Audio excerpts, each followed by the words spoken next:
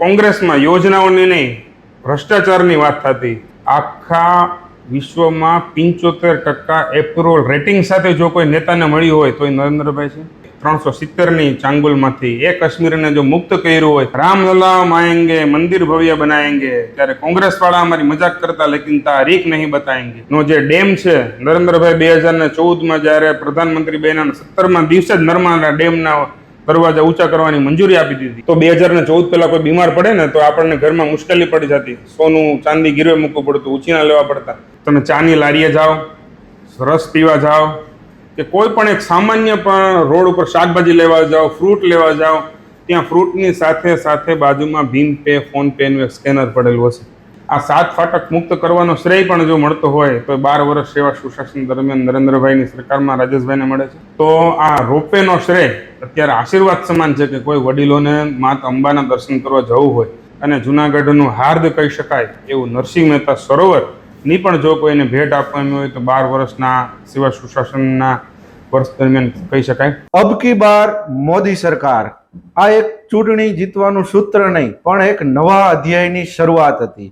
આજથી 12 વર્ષ પહેલા જે આ અધ્યાય શરૂ થયો એમાં ઘણી બધી નવી યોજનાઓ, નવા મોટા મોટા ફેસલાઓ જેણે દેશની દિશા બદલવાનો સતત પ્રયાસ કરતા રહ્યા છે.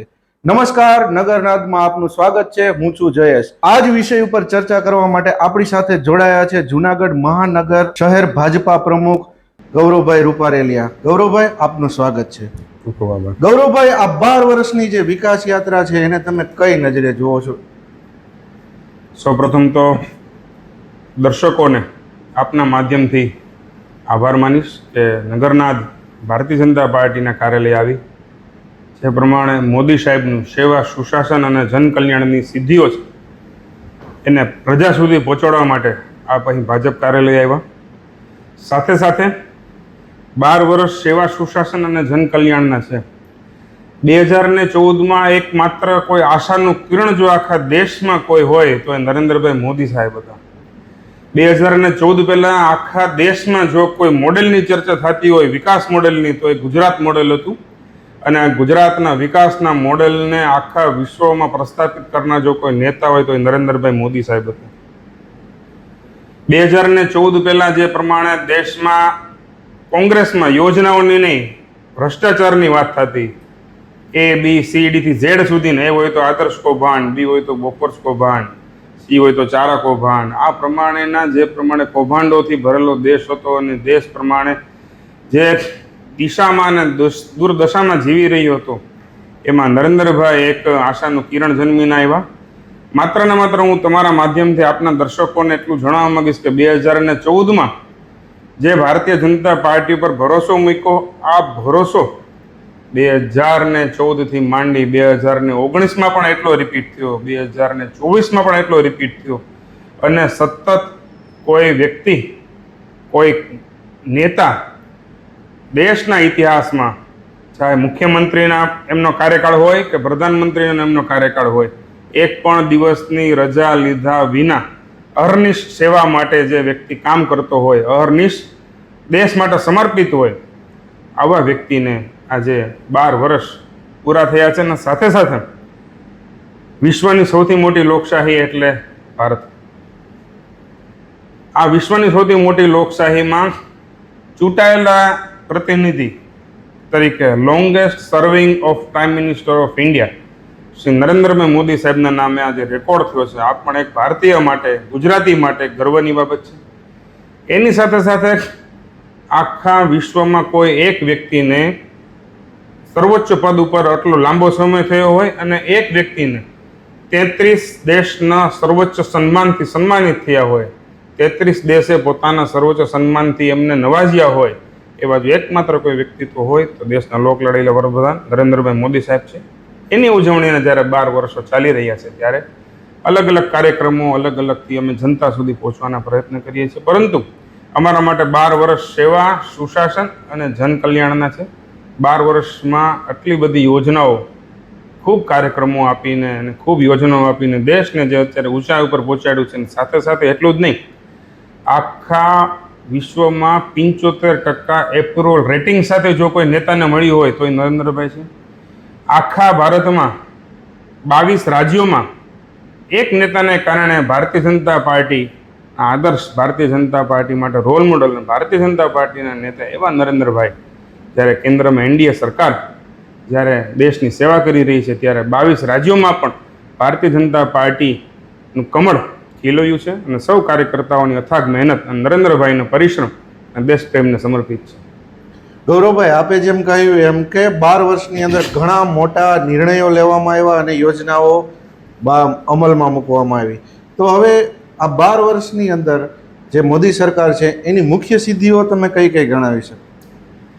ભારતીય જનતા પાર્ટીની સ્થાપનાથી, ભારતીય જનતા પાર્ટીની શરૂઆતથી યોજનાઓ અને નિર્ણયો તો ખૂબ લેવાના, પરંતુ એક દેશ મેં દો પ્રધાન, દો વિધાન, દો નિશાન, નહીં ચલેગાના નારા સાથે ભારતીય જનતા પાર્ટીના સ્થાપક ત્યારે શ્યામાપ્રસાદ મુખર્જી કાશ્મીર માટે બલિદાન આપી દીધું હોય, કાશ્મીર માટે કલકત્તાથી કાશ્મીર સુધી એમને યાત્રા કરી હોય અને એમને ત્યાં પ્રાણની આહુતિ આપી હોય, એ કાશ્મીરને જો આઝાદ કર્યું હોય 370ની ચાંગુલમાંથી, એ કાશ્મીરને જો મુક્ત કર્યું હોય અને શ્યામાપ્રસાદ મુખર્જીને સાચી શ્રદ્ધાંજલિ આપી હોય અને ભારતીય જનતા પાર્ટીની સ્થાપનાથી એમના મેનિફેસ્ટોમાં એક વિચાર હોય કાર્યકર્તા તરીકે કે આ ભારતની સાથે કાશ્મીરને જોડવું છે, કાશ્મીરી પંડિતો સાથે જે અન્યાય થયો હતો એને ન્યાય અપાવો છે, તો દેશના વડાપ્રધાન નરેન્દ્રભાઈ અમિતભાઈ શાહ સાહેબના નેતૃત્વમાં આ 370ની કલમ જે નાબૂદ થઈ અને જે પ્રમાણે કાશ્મીરની મુક્ત થયું 370માંથી, આ એક.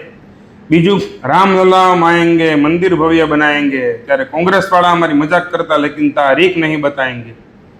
ભારતીય જનતા પાર્ટીની સ્થાપનાથી જ આ એક અમારો મૂળ મંત્ર રહ્યો હતો કે રામલલ્લાનું મંદિર અયોધ્યામાં ભવ્ય નિર્માણ થાય, રામલલ્લા જે બેઠા હતા એમાંથી એમના ભવ્ય મંદિરમાં બિરાજમાન થાય. આ એક નિર્ણય પણ દેશના વડાપ્રધાન નરેન્દ્રભાઈ મોદી સાહેબના શાસનમાં 12 વર્ષના સુશાસનમાં થયો. આ પણ એક ભારતીય જનતા પાર્ટીના એક સામાન્ય કાર્યકર્તા તરીકે મને ગર્વ થાય કે રામ મંદિરનું નિર્માણ થયું. 1 રેન્ક 1 પેન્શનનો જે સૂત્ર હતું કે આ દેશના સૈનિકો માટેનું જે કાર્ય હતું, ઘણા વર્ષોથી પેન્ડિંગ હતું, દેશ આઝાદ થયો ત્યારબાદ નરેન્દ્રભાઈના નેતૃત્વમાં 1 રેન્ક 1 પેન્શનની યોજના પણ લાગુ પડી. એટલે જે પ્રમાણે જ્યારે કેન્દ્રની સરકારની વાત કરીએ આપણે, તો દેશમાં સ્વદેશી ટ્રેનની જો કંઈ વાત કરીએ તો અત્યારે દેશમાં 164 જેટલી વંદે ભારત ટ્રેન ચાલે છે.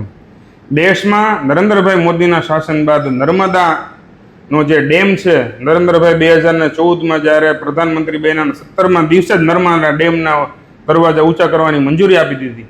જે પ્રમાણે નરેન્દ્રભાઈના શાસનમાં કાર્યો થયા છે પ્રજાલક્ષી, ખૂબ જે પ્રમાણે કાર્યકર્તા તરીકે આનંદ થાય કે આજે અમારા નેતાએ દેશની સેવા કરી છે અને 12 વર્ષના કાર્યકાળ દરમિયાન ખૂબ એવા કાર્યો કર્યા છે કે જે માથું ઊંચું ગર્વ કરતી આપણે કરી શકીએ. જે પ્રમાણે 2014 પહેલાં ભ્રષ્ટાચારની વાત થતી, જે પ્રમાણે 2014 પહેલાં કૌભાંડોની વાત થતી, એની પરિસ્થિતિના બદલી નાખો તો 2014 પછી યોજનાની વાત થાય છે, એની પરિસ્થિતિની વાત કરો તો 2014 પછી વિકાસની વાત થાય છે, એની પરિસ્થિતિને બદલી નાખો તો 2014 પછી લોકોને કેટલા લાભ મળ્યા એની આપણે ચર્ચા કરી રહ્યા છીએ. ત્યારે આયુષ્યમાન કાર્ડ લોકોને શું ફાયદો થાય છે એમની આપણે વાત કરીએ તો 2014 પહેલાં કોઈ બીમાર પડે ને તો આપણને ઘરમાં મુશ્કેલી પડી જતી, સોનું ચાંદી ગીરવે મૂકવું પડતું, ઉછીના લેવા પડતા. પરંતુ 2014 પછી સરકારે જે પ્રમાણે આયુષ્યમાન કાર્ડ, મા કાર્ડ બહાર પાડીને જે પ્રમાણે 10 લાખ સુધીની વીમા કવચ આપ્યું છે. આ વિશ્વનું સૌથી મોટું વીમા કવચ ભારત દેશમાં અવેલેબલ છે. 10 લાખ સુધીની, 5 લાખ કેન્દ્ર સરકાર ને 5 લાખ રાજ્ય સરકાર, 10 લાખ સુધીનું વીમા કવચ તમને ઘર બેઠા કોઈ પ્રકારની મુશ્કેલી પડે તો ઘરેથી આવવા જવાનું ટ્રાન્સપોર્ટેશન અને સાથે સાથે જે પ્રમાણે દર્દીને જે પોતાના દર્દનું રોગનું નિવારણ કરવા માટેનો ખર્ચ પણ થાય છે એ સરકાર ભોગવે છે. આ લોકોને ફાયદો થયો છે. 2014 પહેલાં તમારો કે મારો કોઈ પરિવારમાંથી કોઈ વ્યક્તિ બહાર જાય, એ કોઈ મુશ્કેલી પડે, ચાહે બહાર વિદ્યાર્થી હોય, ભણતા હોય, તો રૂપિયાની જરૂર પડે તો ડિજિટલ ટ્રાન્ઝેક્શન નહોતું. અત્યારે ડિજિટલ ટ્રાન્ઝેક્શનમાં એવી ક્રાંતિ આવેલી છે કે આપણા ભારતનું યુપીઆઈ અન્ય દેશોમાં પણ અવેલેબલ છે. સાથે સાથે કોઈને પણ પેમેન્ટ ટ્રાન્ઝેક્શન કરવું હોય તો આપણે આંગળીઓ ગોતતા ન હોય, 1 સેકન્ડમાં આપણે જીપે, ફોનપે, ગૂગલ પે આ બધા આપણે ડિજિટલ પ્લેટફોર્મનો ઉપયોગ કરી રહ્યા છીએ. જે પ્રમાણે અત્યારે રોડ કનેક્ટિવિટી વધી છે, 2014 પહેલાં 36 કિલોમીટર પર ડે કામ થતું, અત્યારે નરેન્દ્રભાઈની મોદી સરકાર 2014 નીતિનભાઈ ગડકરી જ્યારે ટ્રાન્સપોર્ટ મિનિસ્ટર છે ત્યારે પર ડે 68 કિલોમીટર સુધીનું ટ્રાન્સપોર્ટેશન આખા દેશમાં બની રહ્યું છે. જે પ્રમાણે દેશના વિકાસની વાત કરવામાં આવે તો લોકોમાં જે પર કેપિટા ઇન્કમમાં વધારો થયો છે, લોકોને ટ્રાન્સપોર્ટેશનમાં પણ એટલો વધારો થયો છે.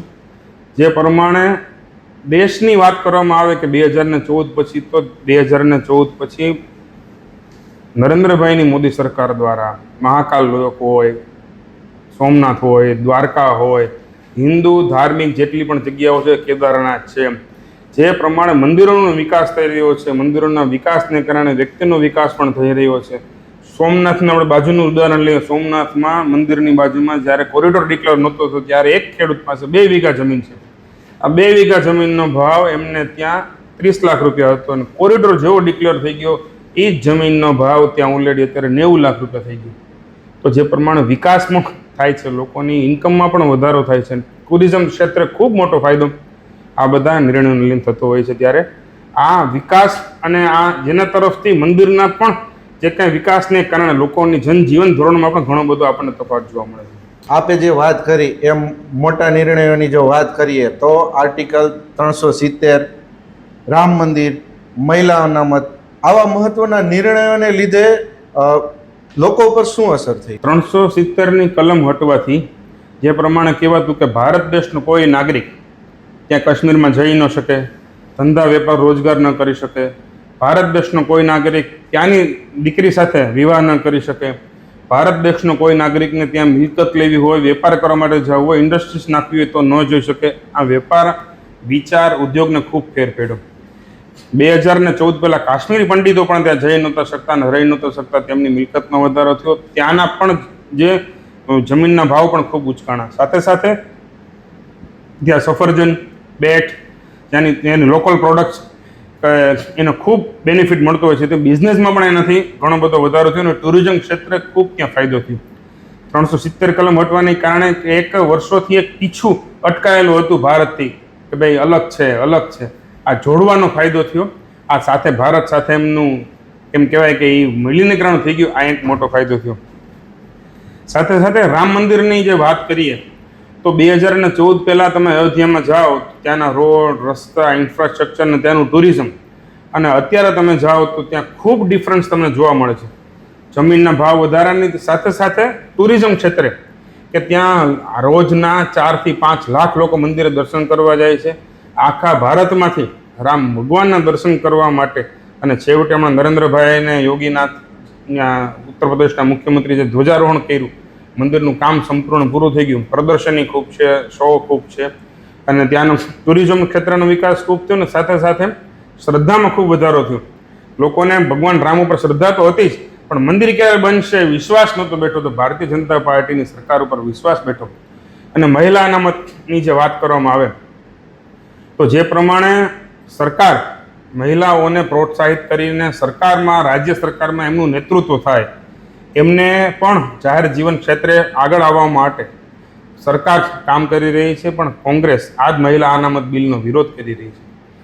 ભારતીય જનતા પાર્ટીની સરકારે હમણાં પણ રાજ્યસભા અને લોકસભામાં પણ મહિલા અનામત બિલ પાસ કરવાના પ્રયત્નો કર્યા, પરંતુ કોંગ્રેસ દ્વારા ન થઈ શક્યું. મારી તમામ મહિલાઓને પણ વિનંતી કે આહવાન કે આપ ભારતીય જનતા પાર્ટીની સાથે જોડાઓ અને જે પ્રમાણે જાહેર જીવનમાં કોઈને કોઈ જગ્યાએ પોતાનું યોગ્ય સ્થાન મેળવી. અત્યારે રાજ્યસભાની ચૂંટણી હોય કે સ્થાનિક સ્વરાજ્યની ચૂંટણી, એમાં પણ મહિલાઓને 50% અનામત આપીને ગુજરાત સરકારમાં પણ એમને પ્રાધાન્યતા દેવામાં આવે છે. ગૌરવભાઈ, અત્યારે જે ડિજિટલ ઇન્ડિયા અને યુપીઆઈ દ્વારા પેમેન્ટ ને એની વાત છે, ડિજિટલ પેમેન્ટની, તો એનાથી સામાન્ય લોકો ઉપર શી અસર થઈ? શું ફાયદો થયો, શું નુકસાન થયું? જ્યારે ડિજિટલ પેમેન્ટની વાત જ્યારે નરેન્દ્રભાઈએ ભીમ પે એપ લોન્ચ કરી, પહેલી વાત કે આ એપ 100% સ્વદેશી. બીજી વાત કે જ્યારે એપ લોન્ચ થઈ ત્યારે એમ હતું કે ભાઈ આ ખરેખર પ્રેક્ટિકલી ઉપયોગમાં આવશે કે નહીં આવે, ખરેખર આ કેમ થશે, વોલેટમાં કેમ રૂપિયા રાખવા, કેમ પેટીએમ, કઈ રીતે પેમેન્ટ ટ્રાન્ઝેક્શન થશે. પણ મને ગર્વ થાય છે નરેન્દ્રભાઈના વિઝન ઉપર. એક આનંદની પણ વાત છે કે આજની તારીખે તમે ચાની લારીએ જાઓ, રસ પીવા જાઓ કે કોઈ પણ એક સામાન્ય પણ રોડ ઉપર શાકભાજી લેવા જાઓ, ફ્રૂટ લેવા જાઓ, ત્યાં ફ્રૂટની સાથે સાથે બાજુમાં ભીમ પે ફોન પેનું એક સ્કેનર પડેલું હશે.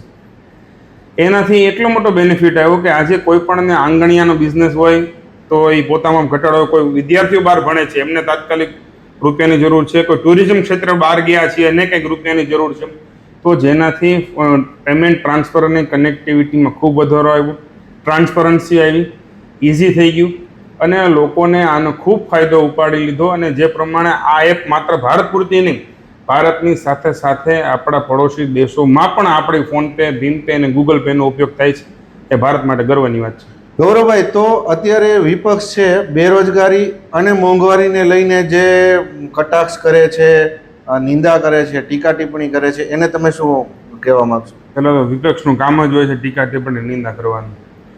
પણ એટલું પણ ગર્વથી સાથે કહી શકાય કે વિપક્ષ ભારતીય જનતા પાર્ટીની સરકાર નરેન્દ્રભાઈ ઉપર ક્યારેય ભ્રષ્ટાચારનો આરોપ નથી લગાવી શકી.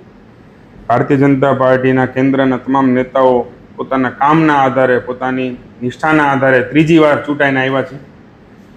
બીજી વાત કે જ્યારે રોજગારી અને મોંઘવારીની જે વાત કરે છે તો આખા વિશ્વમાં ત્યારે 2014માં ભારત દેશ 11મા નંબરની જીડીપી હતો ને અત્યારે 4થા નંબરની જીડીપી ભારત દેશ પહોંચી ગયો છે. જે પ્રમાણે ભારતમાં સ્ટાર્ટઅપ વધી રહ્યું છે. ભારતમાં અત્યારે 2014 પહેલાં માત્ર 200 સ્ટાર્ટઅપ હતા અને અત્યારે 65,000 જેટલા સ્ટાર્ટઅપ બિઝનેસ ચાલી રહ્યા છે. 2014 પહેલાં એમ્સ માત્ર ને માત્ર 14 હતી, એક વધીને અત્યારે 65 એમ્સ થઈ ગઈ છે. જે પ્રમાણે યુનિવર્સિટીઓમાં પણ વધારો કર્યો છે. એટલે એ વાત તદ્દન ખોટી છે.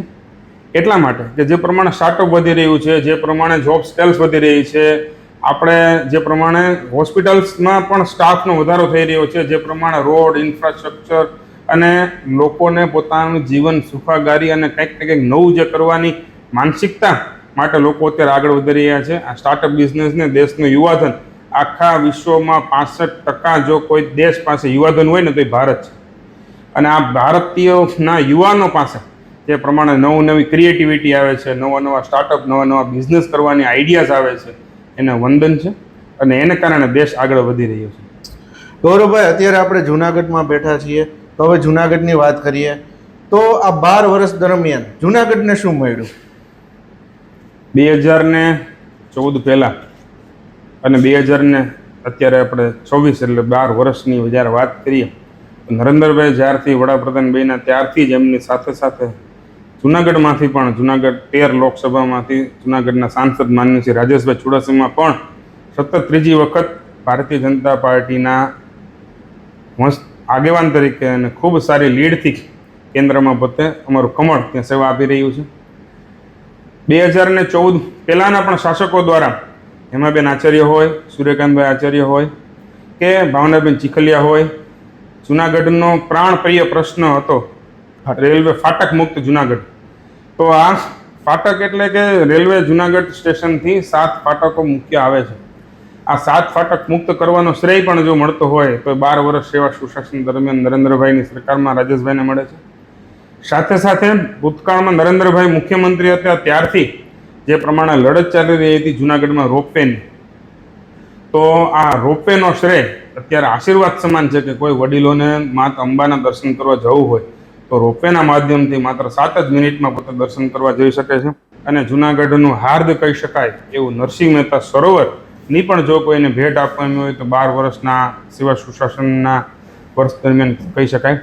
સાથે સાથે સોમનાથ કોરિડોર જુનાગઢ યાર જૂનાથી ઉના સુધીનો વિસ્તાર અમારા સાંસદશ્રીના સંસદીય ક્ષેત્રમાં આવે છે. ત્યારે જૂનાથી ઉના સુધીના વિસ્તારમાં, જૂના એટલે જુનાગઢ ને ઉના એટલે ઉના, જૂનાથી ઉના સુધીના વિસ્તારમાં પણ જે પ્રમાણે બંદરોનો વિકાસ થયો છે, નવા બંદરો જેટલા બન્યા છે, જે પ્રમાણે સોમનાથ કોરિડોર બન્યો છે, રાજેશભાઈ સાંસદ બન્યા ત્યારબાદ નવો બાયપાસ જે બન્યો છે, આ બધા ઘણા બધા વિષયો એવા છે. જે પ્રમાણે કોકોનટ ફેક્ટરી અને કોકોનટ બોર્ડની પણ રચના નરેન્દ્રભાઈના શાસન દરમિયાન રાજેશભાઈ ચુડાસમાના નેતૃત્વમાં જુનાગઢની લોકસભાને જ્યારે મળી છે ત્યારે ભવનાથની પણ ભાવનગરનો આખો જે હાઈવે છે એ પણ અત્યારે ખૂબ સારામાં સારો સીસી રોડ જે પ્રમાણે દ્વારકાથી માંડીને ભાવનગર સુધીનો હાઈવે મળ્યો છે. આપણા જી ગૌરવભાઈ, એક અગત્યનો સવાલ જે અમારા દર્શક મિત્રો ખાસ જાણવા માંગતા હશે કે જ્યારે ચૂંટણી હોય છે, ચૂંટણીનો માહોલ હોય છે, ત્યારે સોશિયલ મીડિયા અને જાહેર જગ્યાઓ પર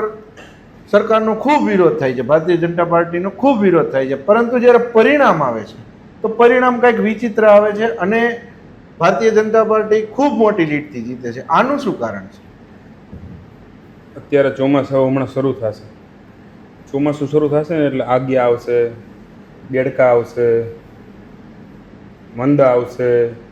આ પ્રમાણે ચોમાસાની સિઝનમાં જે પ્રમાણે ચોમાસાના પ્રાણીઓ, ચોમાસાનું જે પ્રકૃતિ પ્રમાણે આવતું હોય ને, એવી જ રીતે ઇલેક્શન આવે ને એટલે વિરોધ, વંટોળ, સોશિયલ મીડિયા, જે પ્રમાણે ક્યાંય ચૂંટણીમાં કોઈ દેખાતા નથી એવી પાર્ટીઓ ગુજરાતની બહારથી આવીને ગુજરાતમાં જીતવાના પ્રયત્ન કરે. પરંતુ છેલ્લા 30 વર્ષથી નરેન્દ્રભાઈ અને ભારતીય જનતા પાર્ટી ગુજરાતમાં શાસન કરી રહી છે અને એમાં પણ ભૂપેન્દ્રભાઈ ગુજરાતના મુખ્યમંત્રી અને હર્ષભાઈ નાયબ મુખ્યમંત્રી જે પ્રમાણે લોકોની સેવા કરી રહ્યા છે. ભારતીય જનતા પાર્ટીનો દરેક કાર્યકર્તા માત્ર ચૂંટણી સમયે એમની પાસે જાય છે એવું નથી બનતું. એટલે ચૂંટણી સમયે જે કહેલી કોઈના દ્વારા ભ્રામક વાતો છે એમના મગજમાં નથી બેસતી. ભારતીય જનતા પાર્ટીનો કાર્યકર્તા હર હંમેશ એમના પડખે ઊભો હોય છે. ભારતીય જનતા પાર્ટીનો કાર્યકર્તા સત્તા ભોગવવા માટે નહીં, પરંતુ સત્તા થકી લોક સેવાના કાર્યો થઈ શકે એમના માટે હોય છે. ભારતીય જનતા પાર્ટીનો કાર્યકર્તા હંમેશા લોકોની વચ્ચે, લોકોના સુખે સુખી ને લોકોના દુઃખે દુઃખી થનારો કાર્યકર્તા હોય છે. એટલે 5 વર્ષ દરમિયાન અમે લોકોની વચ્ચે રહીએ છીએ. એટલે ચૂંટણીના પરિણામો બાદ ગુજરાતમાં ઘણી બધી જગ્યાએ ઘણી બધી સીટો આવી છે કે તમને એમ થાય છે કે આટલી બધી ખૂબ જનમેદનીઓ થાય છે, સભામાં આટલા બધા લોકો જાય છે, પરંતુ ઘણીવાર નેતા અને અભિનેતા વચ્ચેનો ડિફરન્સ ખૂબ હોય છે. અભિનેતા આવે, લોકો ગેધરિંગ થાય, પણ જ્યારે મત દેવાની વાત આવે, જ્યારે લોકોની વચ્ચે જે સેવા કરી હોય ને, લોકોના કામ કર્યા હોય ને, એને લોકો મત આપતા હોય છે. એટલે ભારતીય જનતા પાર્ટીની જીત થાય છે. એટલે ભારતીય જનતા પાર્ટી સતત આટલા વર્ષોથી શાસન કરતી આવેલી છે. ગૌરવભાઈ, પાર્ટીની અંદર ઘણો જૂથવાદ, વિવાદ છે, અંદરો અંદર આક્ષેપો છે, અસંતોષ છે વગેરે સામે આવતા હોય છે. આના વિશે તમે શું કહેશો? ભારતીય જનતા પાર્ટીના દરેક કાર્યકર્તાઓને અસંતોષ છે. મને કાંઈ નથી મળ્યો એનું, પણ મારે શું કરવું છે એવું કોઈ અસંતોષ કોઈની પાસે નથી. મારું શું, મારે શું, પણ મારે કરવું શું એવું કોઈ પાસે ભાવ નથી, એટલે અસંતોષ છે. બાકી જેને કાર્યકર્તા તરીકે પાર્ટી કોઈને કોઈ જવાબદારી સોંપી છે એને કોઈ સંતોષ જ નથી. કાર્યકર્તાથી મોટું કોઈ પદ પણ નથી. ત્યારે નરેન્દ્રભાઈ દેશના વડાપ્રધાન તરીકે એમ કહે છે કે વડાપ્રધાન પદ પછી પણ જ્યારે મારી પાસે કમળનો સિમ્બોલ છે, હું ભારતીય જનતા પાર્ટીનો કાર્યકર્તા છું, આ મારા માટે પહેલાં છે, પ્રધાનમંત્રી પદ પછી છે. તો જેમનામાં કંઈક ને કંઈક અપરિપક્વતા છે, જેમનામાં વધુને વધુ આશા, આકાંક્ષાઓ અને અપેક્ષાઓ છે વિશેષ, અને જેમને માટે પદ પ્રત્યેનો પ્રેમ છે, જવાબદારી નહીં, કાર્યકર્તા નહીં, પરંતુ માત્ર ને માત્ર મારે આગળ ગાડીમાં મારે લખાવું છે કે હું ભારતીય જનતા પાર્ટીનો ફલાણો, આની જેની આશા અપેક્ષાઓ પૂરતી નથી, એટલા માટે જ અસંતોષ છે. બાકી દરેક કાર્યકર્તાઓ અમારી જુનાગઢ મહાનગરની ટીમ હોય કે ગુજરાત પ્રદેશની ટીમ હોય, સૌ ખંભે ખંભો મિલાવીને કામ કરીએ છીએ. અને ઉત્તમ ઉદાહરણ છે સ્થાનિક સ્વરાજ્યની ચૂંટણીઓ. ગઈ સ્થાનિક સ્વરાજ્યની ચૂંટણીમાં ભારતીય જનતા પાર્ટીના ન ભૂતો ન ભવિષ્યથી જે પ્રમાણે મત મેળવ્યું છે, આ તાકાત છે ભારતીય જનતા પાર્ટીના કાર્યકર્તાઓની. આ તાકાત છે ભારતીય જનતા પાર્ટી ઉપર લોકોએ મૂકેલ વિશ્વાસની, અને આ તાકાત છે નરેન્દ્રભાઈના નેતૃત્વની અને ગુજરાતમાં ભૂપેન્દ્રભાઈ અને હર્ષભાઈ સંઘવીના નેતૃત્વમાં. અને અમારા પ્રદેશ અધ્યક્ષ જે પ્રમાણે જગદીશભાઈ વિશ્વકર્માજીને પ્રદેશ મહામંત્રી રત્નાકરજી અમને જે માર્ગદર્શન આપે છે, એમના નેતૃત્વની તાકાતના આધારે પરિણામ મળી રહ્યું છે. જી ગૌરવભાઈ, આપ શહેર ભાજપ પ્રમુખ તરીકે અત્યારે ફરજ બજાવી રહ્યા છો, તો હવે જુનાગઢ પ્રત્યે તમારું વિઝન શું છે અમારા દર્શક મિત્રોને કહેશો? બસ, જુનાગઢ પ્રત્યે ભારતીય જનતા પાર્ટીના અધ્યક્ષ તરીકે ભારતીય જનતા પાર્ટી પર વિશ્વાસ મૂકીને જે પ્રમાણે લોકસભા હોય, વિધાનસભા હોય કે કોર્પોરેશનની ચૂંટણી હોય, જે પ્રમાણે સેવા કરવાની તક ભારતીય જનતા પાર્ટીના સૌ કાર્યકર્તાઓને આપી છે, ત્યારે લોકોની સુખે સુખી અને લોકોના દુઃખે દુઃખી, લોકજન હિતાય લોકજન સુખાય, વધુને વધુ સારા કાર્યો જુનાગઢની જનતા માટે થાય. જુનાગઢની જનતા માટે કહી શકાય કે સૌ પ્રથમવાર 2 રેલવે ઓવરબ્રિજ જુનાગઢની જનતા માટે આવી રહ્યા છે, એક જોશીપરા પાસે અને એક સાબલપુર ફાટક પાસે.